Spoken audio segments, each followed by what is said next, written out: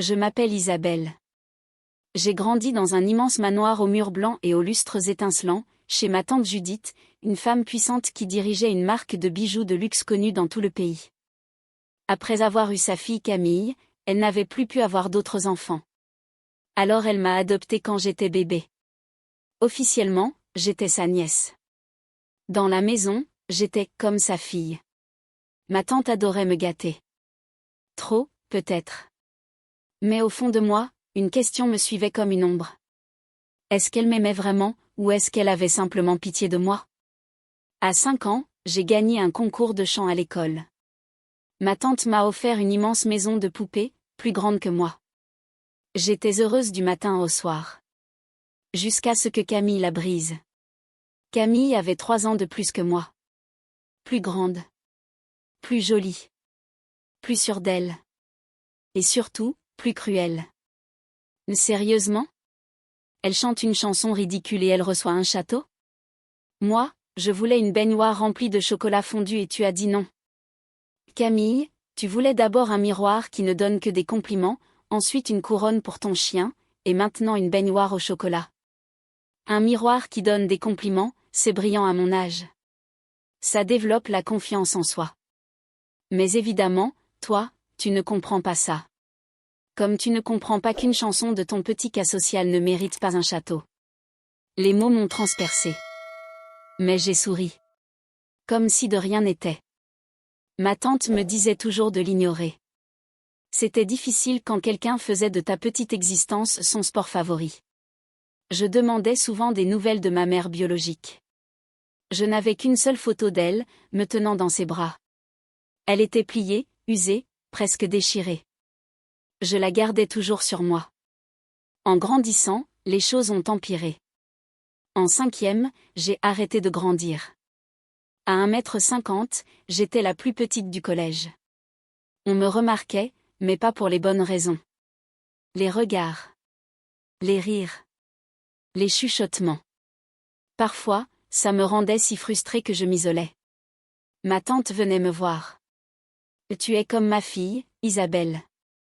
Tu peux tout me dire. Comme ma fille. Elle pensait bien faire. Mais ce mot restait coincé dans mon cœur. Un jour, lors d'une sortie scolaire dans un parc d'attractions, j'étais assise seule quand une nouvelle élève s'est approchée. Daphné. Grande, confiante, trop énergique à mon goût. Pourquoi tu restes là comme une statue? C'est une sortie scolaire. Merci pour le discours. Tu veux quoi? Elle a levé les yeux au ciel. Juste savoir si tu veux faire un manège avec moi. Dans la file, j'étais nerveuse mais excitée. Jusqu'à ce que l'employé nous arrête. Désolée, petite. Taille insuffisante. Reviens avec ta maman. Je voulais disparaître. Daphné a croisé les bras. Elle est avec moi. C'est ma petite sœur. L'employé nous a laissé passer. De rien, mini-pile. C'est ce jour-là qu'est née notre amitié. Les années ont passé. En 7e, j'ai été acceptée gratuitement dans un camp d'été d'élite grâce à mes notes. Ma tante était si fière qu'elle a acheté une voiture, pour que le chauffeur m'y conduise. Camille est devenue folle. Elle ne peut même pas conduire. Ce n'est pas ma faute si tu es forte seulement pour échouer et harceler. Elle s'est jetée sur moi. Je l'ai esquivée instinctivement, atterrissant parfaitement en position stable. Combien de talents as-tu encore caché? A soufflé ma tante. Elle m'a inscrite en gymnastique. Je suis devenue la meilleure. Chaque réception parfaite, chaque médaille d'or, j'espérais que ça la rendrait encore plus fière. Ta mère était aussi gymnaste. À cet instant, je me suis sentie plus proche d'elle que jamais. Mais pour Camille, c'était insupportable. Elle a commencé à sortir la nuit, à dépenser sans compter, à traîner avec des amis superficiels. Un soir, la police a appelé. Elle avait vandalisé la maison du proviseur. L'amende a coûté cher. Pourquoi tu ne peux pas être normale? A pleuré ma tante. Comme Isabelle? L'ange parfait?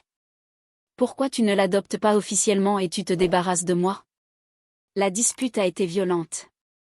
Quelques jours plus tard, Camille est partie en internat en France. La maison est devenue silencieuse. Mais ma tante, malgré tout, l'aimait toujours. Un amour que rien ne semblait pouvoir briser. Chez Daphné, ce n'était pas mieux. Son père était au chômage, mais disparaissait pendant des jours. Il prétendait avoir une autre famille. Sa mère travaillait sans relâche. Leur maison était pleine de cris et de tensions. Un jour, ma tante est partie en voyage d'affaires pour un mois.